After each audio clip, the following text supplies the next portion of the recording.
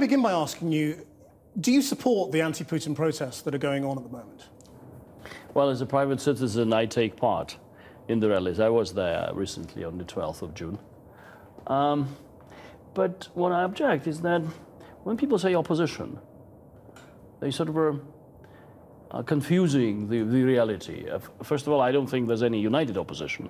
Secondly, when we go out to say that we don't like, for example, the electorate system or the judicial system or the way the bureaucracy is treating the people's right, I go not because there's any oppositional leader who is calling me. In fact, I object completely to Mr. Udaltsov trying to call back Bolshevism.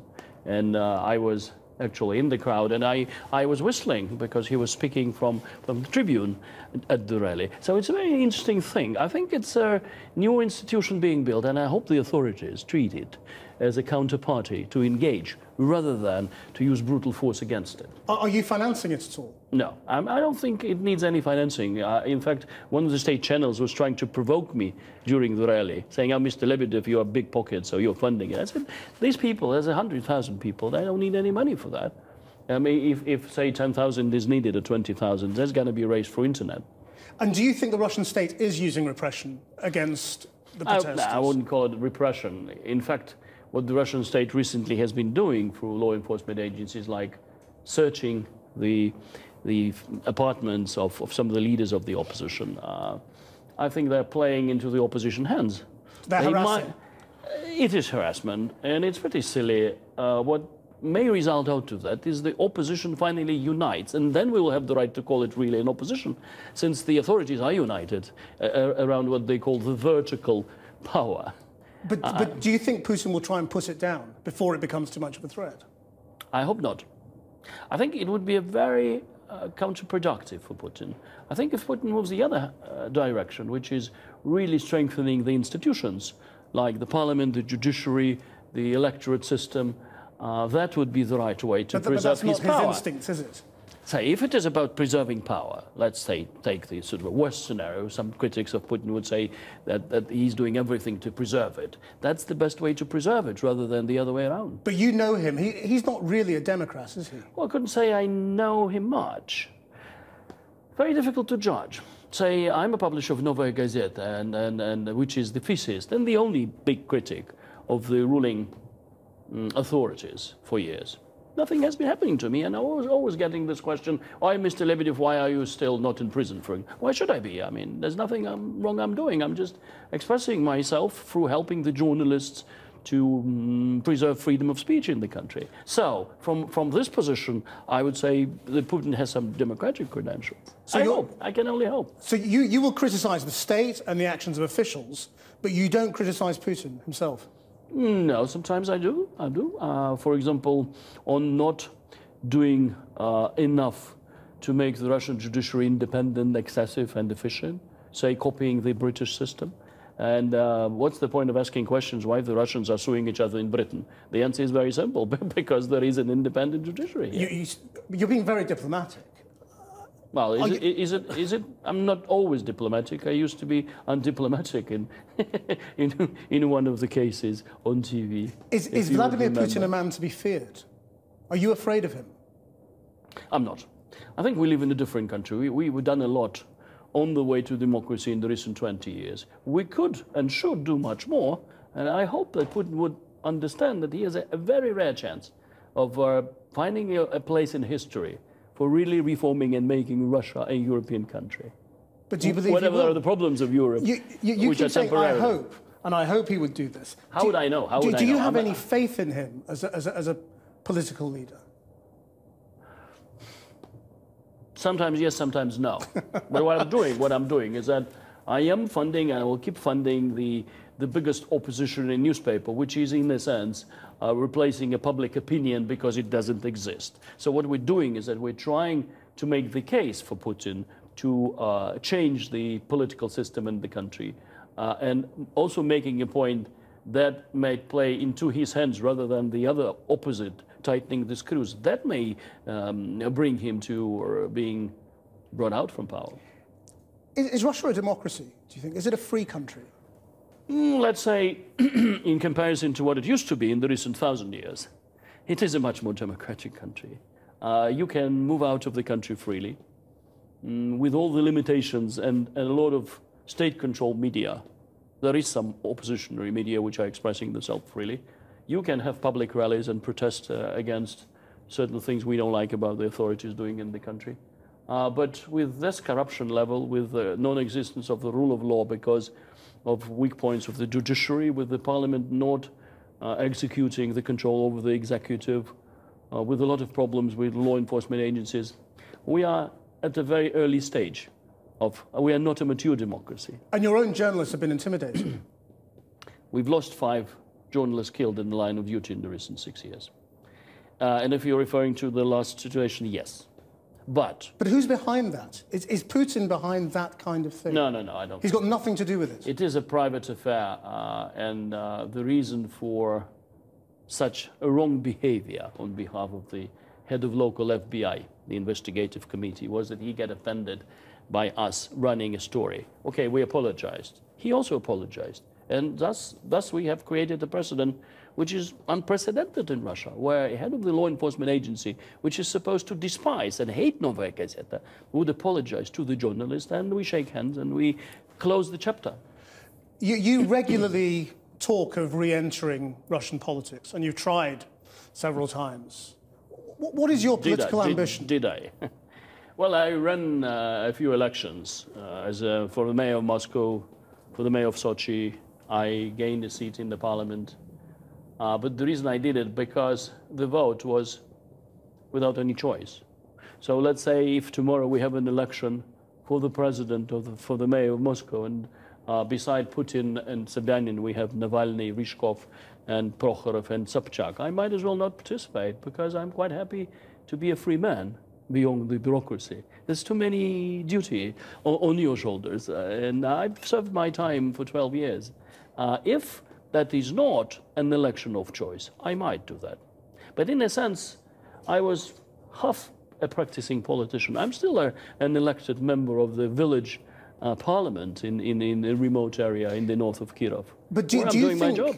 Would it be possible for you, realistically, to be a political leader and still be a billionaire businessman? Aren't those two things fundamentally incompatible? Well, I'm usually sort of poking fun into the Forbes list. I think they miscalculate. My pocket is how much much are you less worth? deeper than they would imagine. How much are you worth? I mean, the last figure was about $1 billion, I think, or something. Well, that was a long time ago. No, the last one in May. So they finally have been listening to my players. Get me off the list, because the people don't like me because of that. So you're worth about $1 billion? That's what you're if saying. I go into politics, I would rather go out of business completely, because that is something which one should not combine. But not just going out of business. Shouldn't you give away your wealth? I mean, isn't that amount of wealth fundamentally there are at odds different ways with of doing politics? There's Francis of Assisi, and there's, for example, a way of doing it through supporting independent media, which is, from the financial or business point of view, is not a very interesting suggestion, or doing philanthropy, or producing potato, the way I'm doing it, for millions of people in the country. So, in a sense, I've given it all away in investing it into good causes, and not spending it on my, I don't have any boats, and I don't have anything in the south of France. And from that point of view, I may call myself quite a modest individual. But you're a very, you may be a modest individual, but you're a very wealthy. Sorry for this flattering comment. You're a very wealthy man, and as you know, I'm a man of some means. You're a man of some means. As a man of some means, I wonder what you make of the current controversy in Britain about tax avoidance. Do you think it is acceptable to be a rich man and to do everything you can to legally avoid tax? No, it's completely wrong. And that's why I like New York Times, for example, and one of the journalists getting a Pulitzer Prize for writing a story last year about General Electric not paying taxes in the United States and getting tax exempt. And it's the same on individuals. But I do remember there was a prime minister in this country. His name was Gordon Brown. And in 2008, at the G20, he suggested to get rid of all the offshore centers. So I wonder why the G20, nobody ever mentions this. I think it was a very good idea. So all these pop stars and comedians, they're all... We should be all equal. in a sense that we should all be paying taxes and we should be all deprived of any opportunity to hide the money in offshore jurisdictions. How much tax do you pay in a year? A few million US dollar? For a man worth $1 billion? Look, but when you do this calculation, you should keep in mind that most of my money I invested either in agricultural equipment or land or properties or airline, and most of my companies were started 5 or 6 years ago, and most of them are not profitable yet. So what I get as dividend or any other sorts of income, I pay my tax, which is 13%, by the way. Lucky I am in Russia. Can I ask you about Syria? Because obviously this is a big bone of contention between the British and American governments and the Russian government. Do you have business interests in Syria yourself? No, I don't. Are they very extensive, though, between Russia and Syria? I mean, well, Russia used to have certain, say, military and strategic forms of cooperation. And I think Russia had its reason to have a more reserved position than some other countries. But what I've noticed, I may be just in my capacity of not a very deep expert on Syria, but I think Russian position has been becoming, as of recently, more close to the international community. Am I right? Hasn't come yet to the, say, Security Council in the United Nations, but I hope it comes to Russia supporting the international effort. Depends on what effort it may become. So what do you think they should do? What would... But look at what happened in the Northern Africa, say in Libya. If the effort was to get democracy into a country which was run by a tyrant, it was run by a tyrant. The question is, why is that tyrant was a friend of a lot of politicians in this country, in France, in the United States? And do we have democracy in Libya now, or we have Tuaregs moving into other countries, which were at least, from the stability point of view, kept in reign by Gaddafi? So the question about international means to, say, help a people fighting its own democracy is an open question. The trouble is, you describe a country that is flawed in many ways, that is corrupt, has many problems with authority, with the police, with democracy itself. How should the rest of the world treat Russia in that scenario? Does Russia forfeit any right to have an equal say in the world because of the way it is so dysfunctional as a state? I'm in favor of more engagement rather than disengagement. The experience of the Cold War in Russia being completely undemocratic country under the Bolsheviks until 91 was a very bad experience for both sides, in my view. So the more Russia is engaged, the more Russia has sittings on G8, G20, OECD, World Bank, EBRD, United Nations, etc., the more chances of Russia becoming a really stable and mature democracy. I have to ask you about the thing for which you are perhaps now most famous in Britain, which is that punch of Mr. Polonsky on television.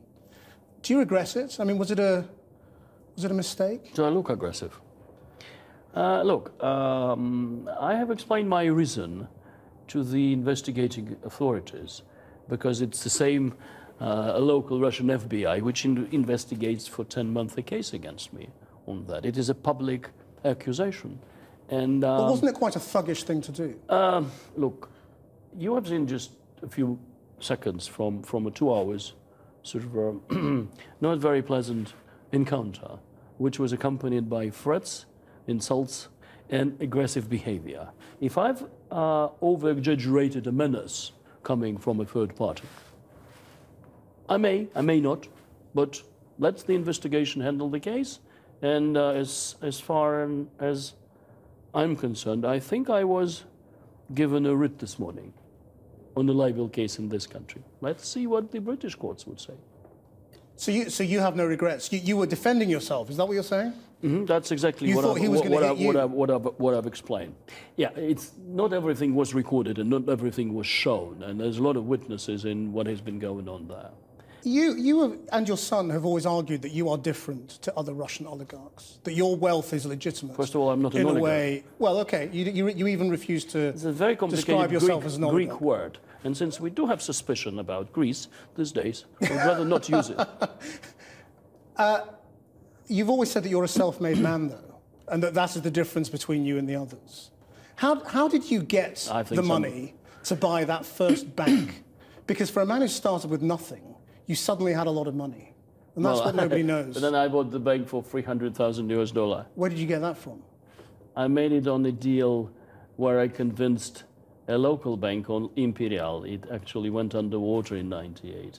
For Morgan Grenfell, which was a British merchant bank, to buy Brady bonds of Venezuela, Poland, Mexico, I do remember, Argentina, and we did a quick and very big profit, like a few million, and I get a commission from this. I made all of my money on secondary debt trading, which I later on did from the platform of the bank. It's just the curiosity, unsatisfied of the media, unfortunately, is not based on a simple operation, which is taking the accounting statements, international accounting statements of the bank for 20 years and see how I made my money. Nobody ever bothered to do it. But at first it's simpler to say the spy who came in for the gold, which is the famous Times article here. But for a man who describes a very corrupt Russian system, it is possible to become as wealthy as you are without ever breaking a law, bribing an official, doing anything corrupt. That's what you're asking us all to accept. And that's why it's so hard, because you describe a country that is riven with corruption.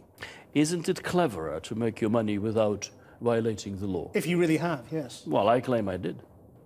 I know you claim and again, I do not believe the Forbes figures. I think if you do a proper evaluation, which is quite costly, by the way, of all of my businesses, properties, etc., you might arrive to that, but try to sell it. It's not very easy. It's not very liquid. So I might have been finding myself with $1 billion sitting on my account in the south of France, in Monaco, or with a boat. But instead of that, I invested all of my money into a real sector of the Russian economy. And I do remember the leader of the opposition of this country recently saying, when I'm going to be prime minister, I will try to divide all of the businessmen into two groups. One is parasitic, which is Occupy Wall Street. The other one, producing goods and services, which are in need of the country people. Which makes sense, by the way. Makes sense. So I'm trying to produce an image in business of doing good things with the money, using it as an instrument to change life for better, not for myself. I mean, is it a bad thing? You talk about how you're described sometimes. Do you feel there is an anti-Russian discrimination in the West? Is there a snobbery, do you think, about the wealth of this new class of people who've come to this country? And I don't think it's a discrimination. I think sometimes it's just ignorancy.